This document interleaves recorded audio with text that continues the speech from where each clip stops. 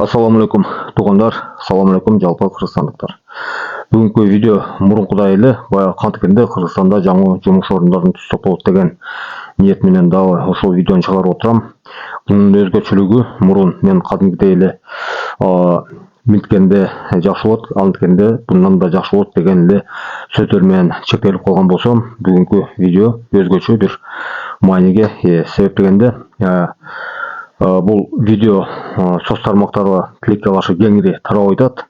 Үмүтүм, ниетим ушул биздин бийликтегилерге ушул өнүшөнө жайылып тармагын кеңейтсек кантикенде жакшы болот деген ниеттер менен кайрылам. Бирок көп тараганына байланыштуу мен бүгүн бир сиздерге жага турган болсо, туугандар, ушул видео ойлоп атам биздин Кыргыз Республикасынын президенти Садыр Нуркожоевич Жапаровго кат жүзүндө кайрылсам экен деп.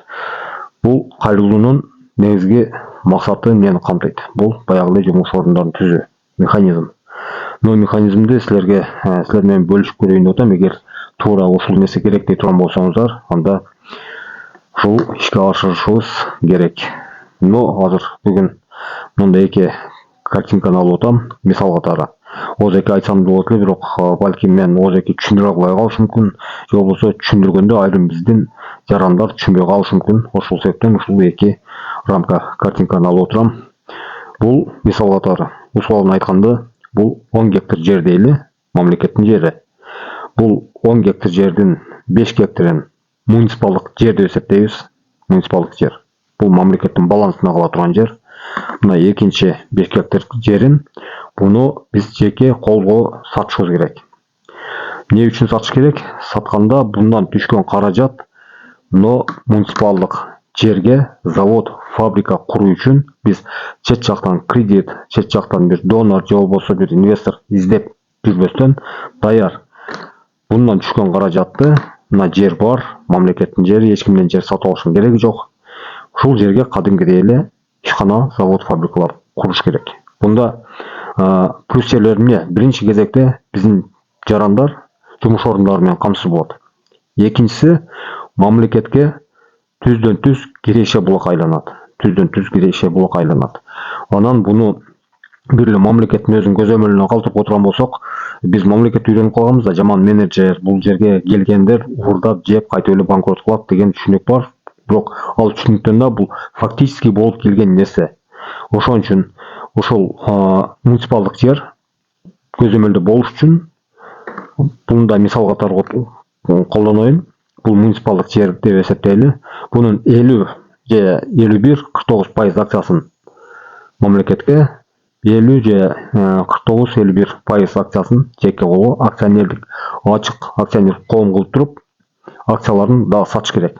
Эмне үчүн сатыш керек? Себептен бул мамлекет өзү көзөмөлдөй турган боло турган болсо, бунда иш жүрбөй калышы мүмкүн. Буларды көзөмөлдөй турган орган бул жеке тарап.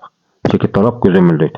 Эгер толук эле жеке тарапка өткөрүлө турган болсок, жеке тараптагы көзөмөлгө туура келип калат. Себептен ар түрдүү бүдөмүк ойлор пайда болушу мүмкүн да, баягы налог төлөбөй атат, же болбосо жумушчулардын укугу корголбой атат, наркы берки деп. Ошого мамлекет бул жеке тарапты да кадимгидей көзөмөлдөйт, мамлекетти жеке тарап дагы көзөмөлдөйт. Демек, бул жерде конкреттүү пайда. Пайдаларынын бири мамлекетке конкреттүү түрдө бюджетке акча түшүп турат. Бул мамлекеттин акциясы. Бул жеке тараптын акциясы. Өкө бириктирип, жумуш орундарын түзүп берет. Анан бул жактан сатылган акциянын каражатына мамлекет дагы кошумча жер алып туруп эле ушул циклды айландырып кете берет. Дагы кошумча завод, фабрика, кошумча жумуш орундары. Анан биринчи бая айтканым, 5 гектар жер муниципалдык жер, 5 гектарды жеке тарапка сатабыз деп биринчи айтпадым беле? Ошол кимге сатылыш керек?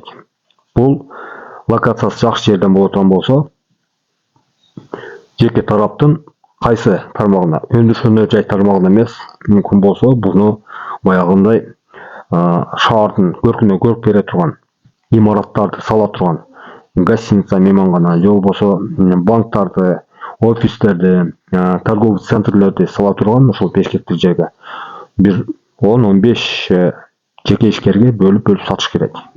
Бунда шаардын көркү да чыгат, Анан туугандар, түрлүү мен айтып аткандай механизмдер бар. Жумуш орлорун көбөйтө турган. Эмне себептен мен жеке ишкерлерге ошо көбүнчө акцентти коюп атам? Себептен де чет мамлекеттен келген инвесторлор тилекке каршы Бишкек, Ош, Чүй ушул эле жака келет экен. Бизде ошол 3 субъекттен башка дагы бизде канча региондор бар, канча областтар бар, канча райондор бар. Мисалы Кыргызстанда 40 район боло турган болсо, ар бир районго бирден инвестор келгенде да 40 инвестор келет экен. 40 инвестор. Бул биз сүйүнөбүз. Ар бир районго бирден инвестор келип, жок дегенде ошол инвестор 100 жумуш орун түзүп бере турган болсо, бул 40 райондо 4000 жумуш орун түзүлөт да. 4000 жумуш орду түзүлөт. Эми ал инвесторлор бул келбейт, ачыгы. Эгемендикти алганыбызга 30 жылдан өткөн болсо, инвесторлор келет. Боя мен айткан 3 тарапка гана келет. Бизде дагы 40 райондон тышкары ар бир райондо 4төн 5тен жок дегенде айыл өкмөттөр бар. Ал жакта дагы биздин мекендештер бар. Жумуш жоктугунун айынан тилекке каршы чет жакка чыгып кетип атат.